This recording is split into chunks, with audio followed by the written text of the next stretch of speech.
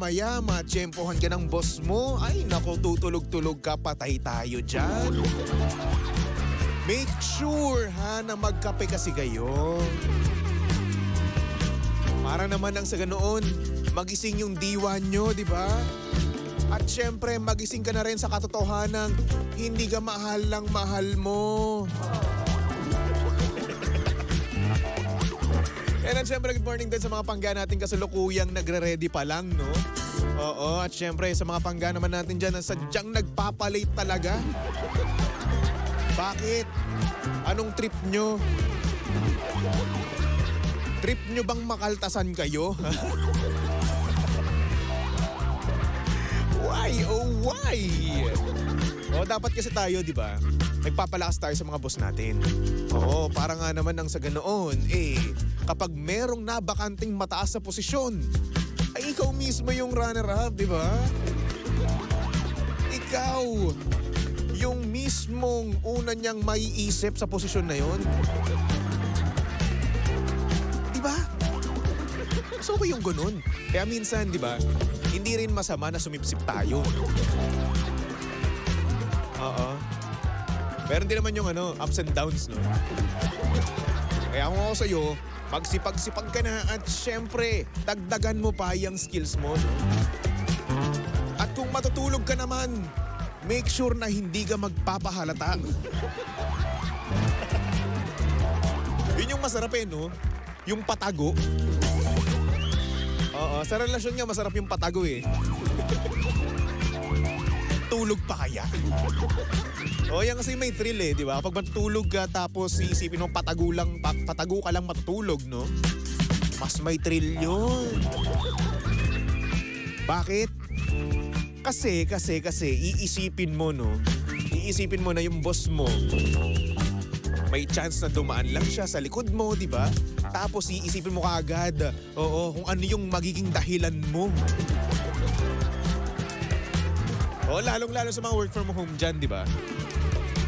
Sa karamihan sa mga nag-work from home dyan, alam nyo na, kapag maaga ang call time, magsa-sign in lang tapos balik tulog na.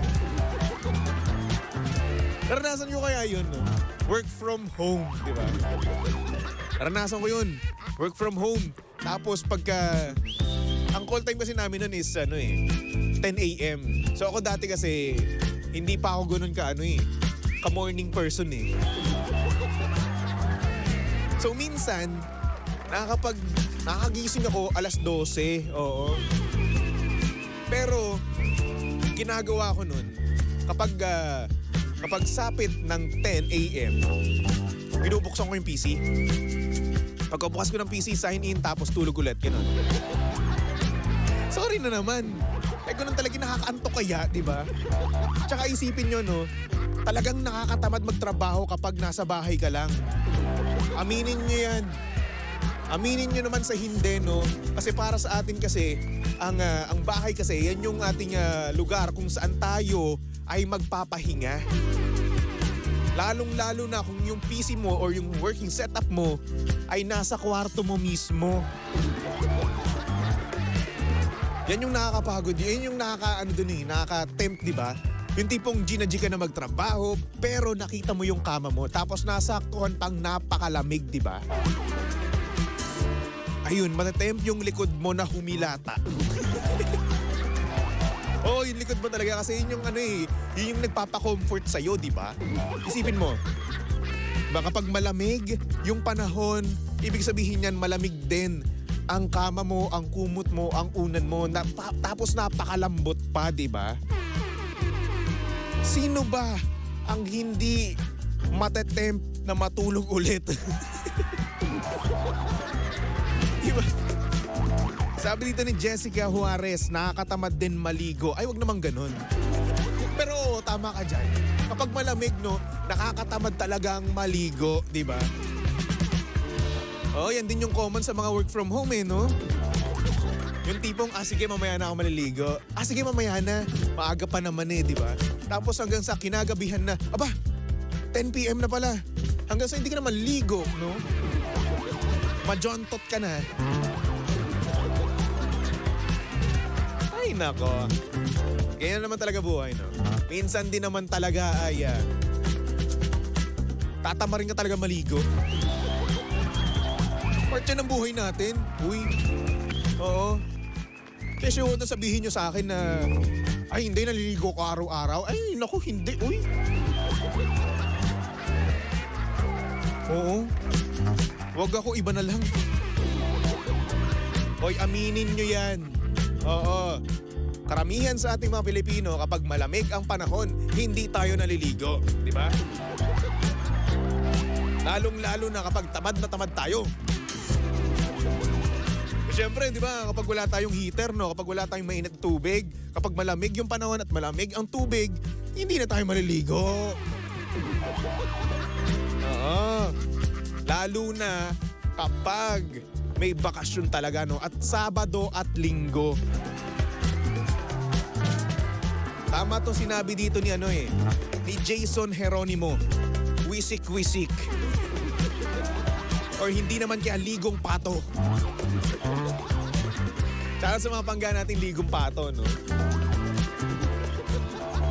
Ay, nako. May naranasan ko yun dati. Aminin ko, naranasan ko yun dati ng ligong pato. Pero ngayon, hindi ko nang ginagawa yun ngayon, no? Kasi syempre, ang oras ko ngayon, 4 a.m. to 5 p.m. So, majontot ako nun. No way! Di pwede iyon. Di naman wisik-wisik.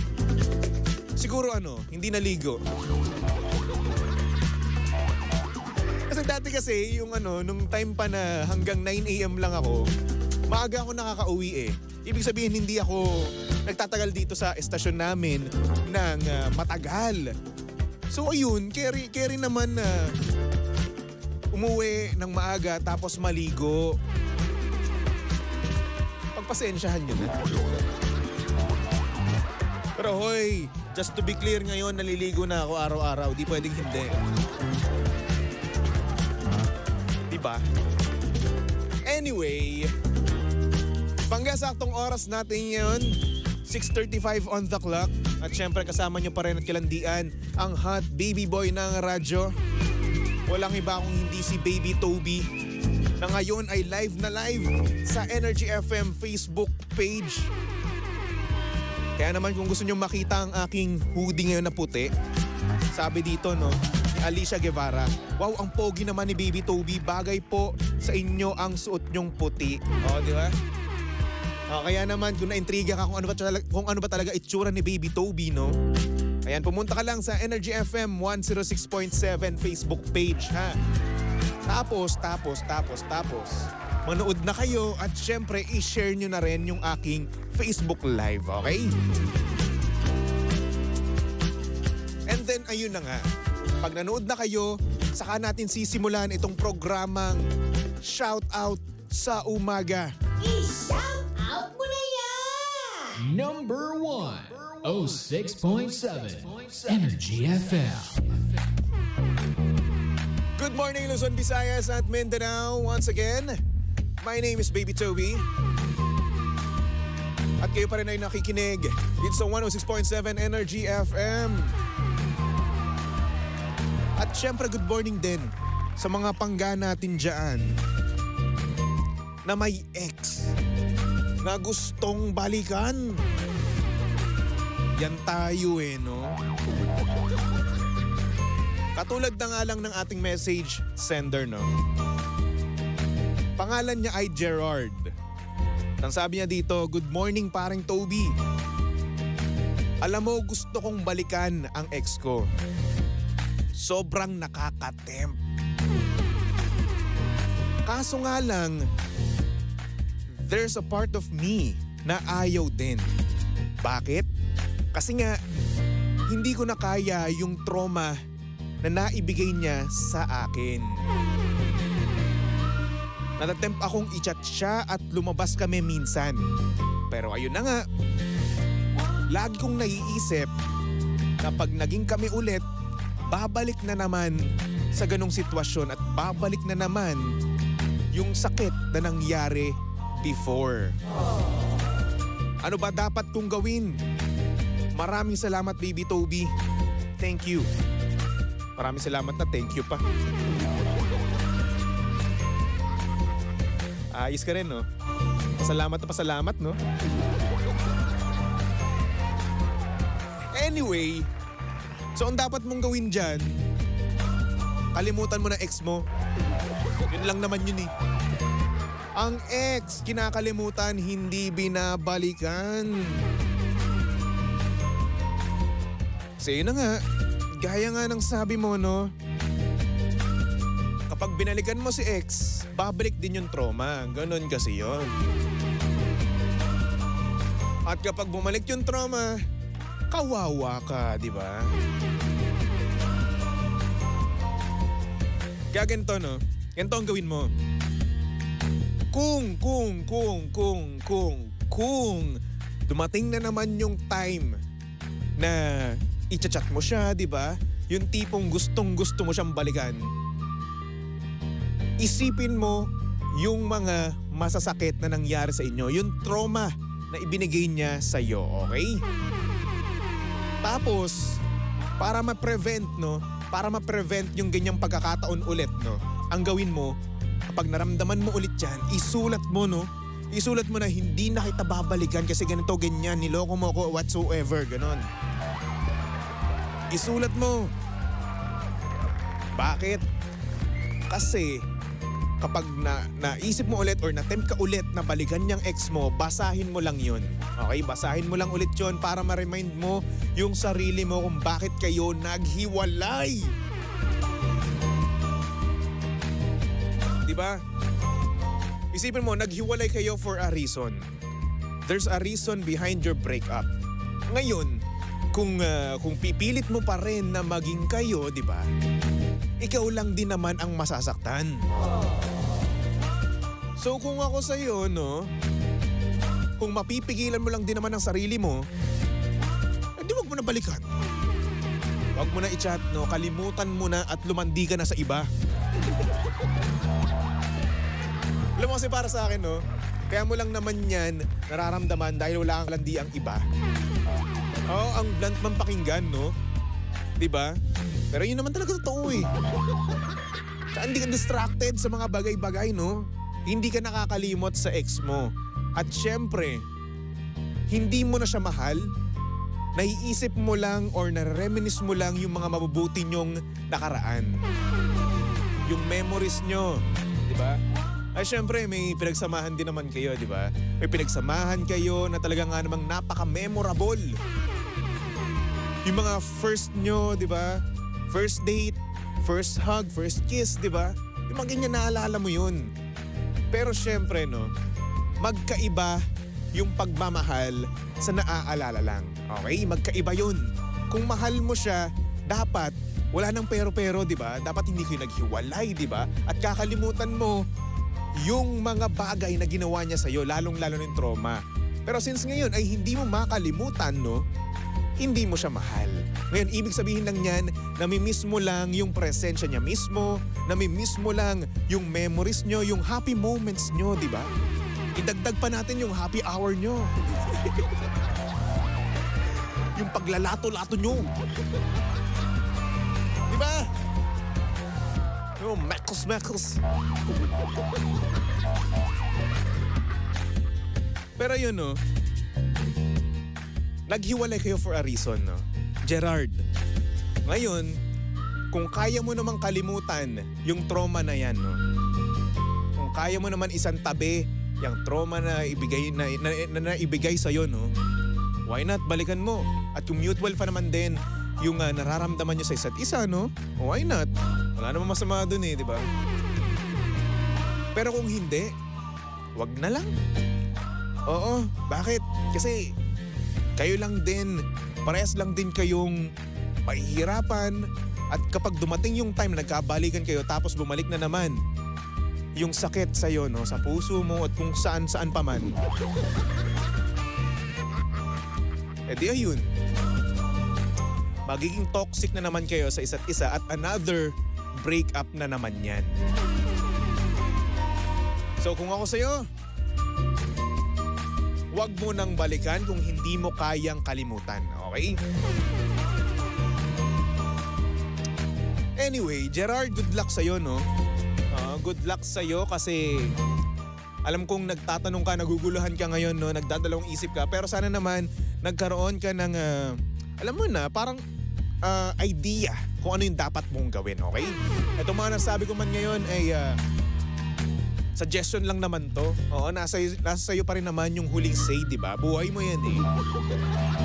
So ayun, andito kami para mag-suggest ng mga bagay-bagay pero at the end of the day, kung ano yung gusto mo, kung ano yung trip mo, gawin mo lang.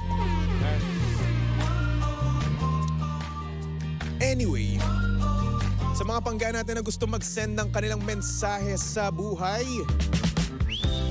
ayan, mag-send ka lang ng message sa aking Facebook page. Hanapin nyo lang BabyToby1067. Okay? Chat ka lang dyan, tapos isend mo dyan yung mga bagay na hindi mo masabi ng personal, ha? Yan, sa boss mo, sa jowa mo, sa ex mo, kagaya ni Gerard, sa ex niya, di ba?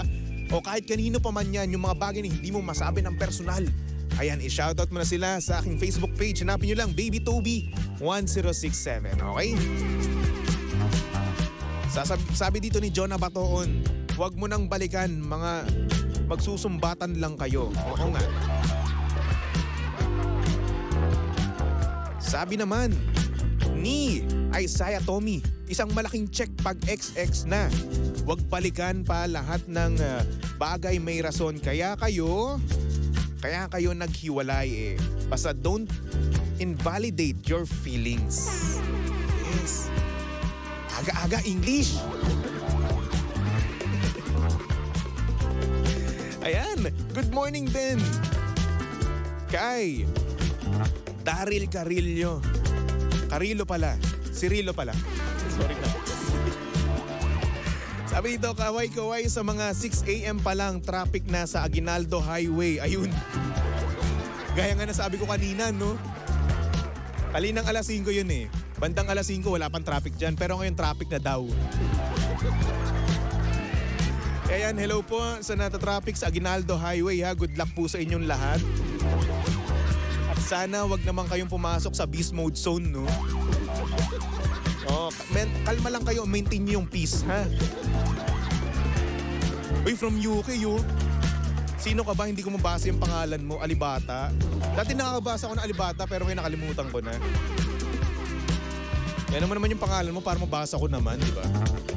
Kasi minsan kasi iniiban yung characters nyo. Meron Japanese characters, merong Arabic ba yun?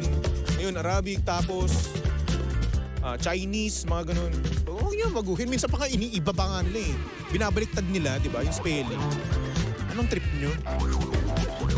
Anyway, yung ating nabunot kanina sa Panggash o Pangcash ay hindi nakatawag. So sayang naman yung 500 pesos.